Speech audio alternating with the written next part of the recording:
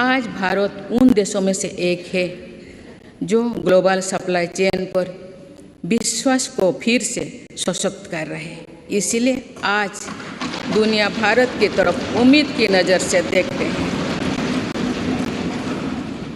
इस वर्ष भारत G20 जैसे प्रभावी समूह का नेतृत्व कर रहा है।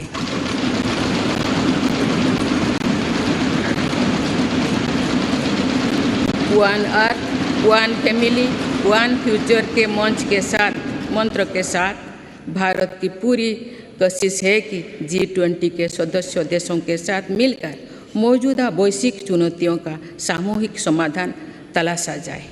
मेरी सरकार इसको सिर्फ एक डिप्लोमेटिक प्रोग्राम तक सीमित नहीं रखना चाहती, बल्कि पूरे देश के प्रयास से भारत के सामर्थ्य और संस्कृति को शोकेस करने का अवसर है।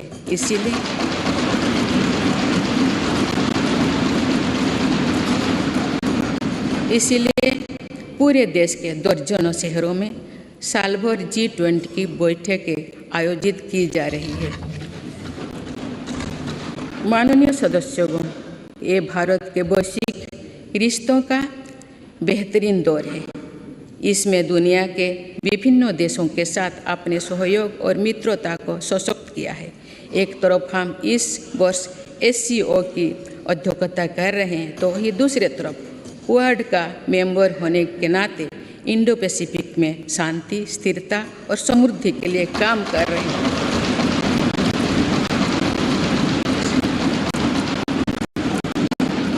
हमने अपने राष्ट्रीय हितों का सर्वोपरि रखते हुए अपने भूमिका का विस्तार किया है। अफगानिस्तान में भूकंप हो या फिर श्रीलंका का संकट, हम सबसे पहले मानवीय सहायता लेकर पहुंचे।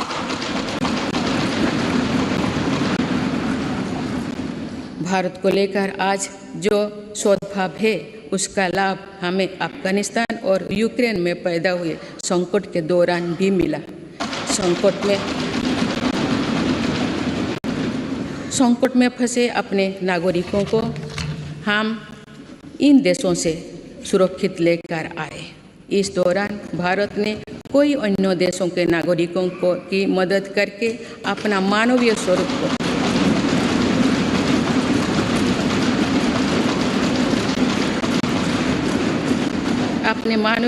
को फिर दुनिया के सामने प्रस्तुत किया। माननीय सदस्यगण, भारत ने आतंकवाद को लेकर जो कड़ा रुख अपनाया है, उसको भी आज दुनिया समझ रहा है।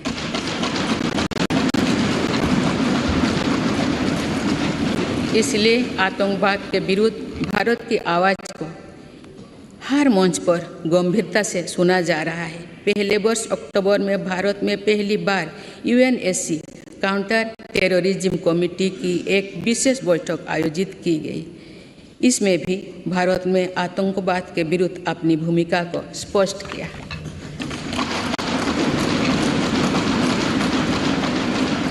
साइबर सिक्योरिटी से जुड़ी चिंताओं को भी मेरी सरकार गंभीरता से पूरे विश्व के सामने रख रही है।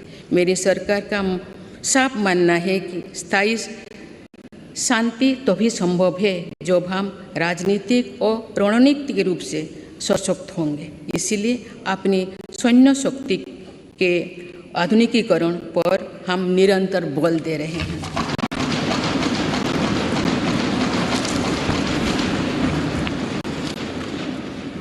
माननीय सदस्यगण, लोकतंत्र की जननी के रूप में भारत की अनंत यात्रा अनंत गौरव से भरी हुई है। हमने लोकतंत्र को एक मानवीय संस्कार के रूप में विकसित किया है, समृद्ध किया है। अपने हजारों वर्षों के अतीत की तरह ही आने वाली सदियों में भी भारत मानवीय सभ्यता को की अविरल धारा की तरह अनवरत गतिमान रहेगा। भारत का लोकतंत्र समृद्ध था, सशक्त था और आगे भी सशक्त होता रहेगा। भारत की जीवटता अमर थी, आगे भी अमर रहेगी। भारत का ज्ञान, विज्ञान और अध्यात्म सदियों से विश्व का मार्गदर्शन करता रहा है और आने वाली सदियों में भी विश्व की इसी तरह राह दिखाएगा।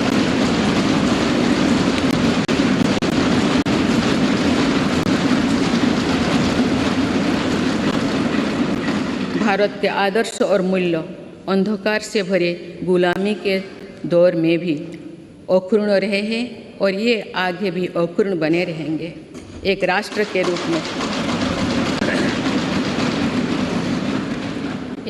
के रूप में भारत की पहचान अतीत में भी अमर थी और भविष्य में भी अमर रहेगी।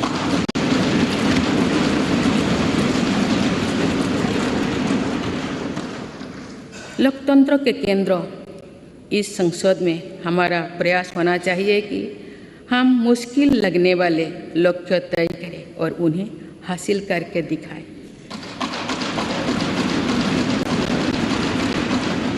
जो कल होना है उसे आज पूरा करने की कोशिश करें, जिसे दूसरे कोई आने वाले दिनों में करने के बारे में सोच रहा है उसे हम भारतवासी पहले करके देखें।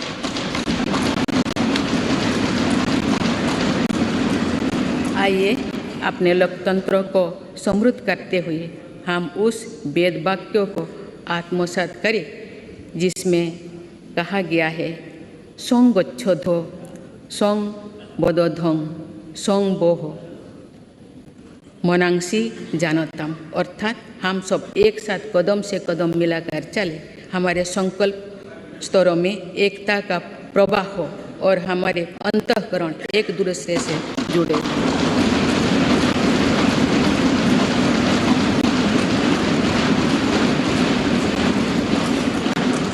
आइए हम राष्ट्र निर्माण के इस महायज्ञ में अपने कर्तव्य पथ पर चलते हुए संविधान की शपथ को पूरा करें। धन्यवाद। जय हिंद, जय भारत।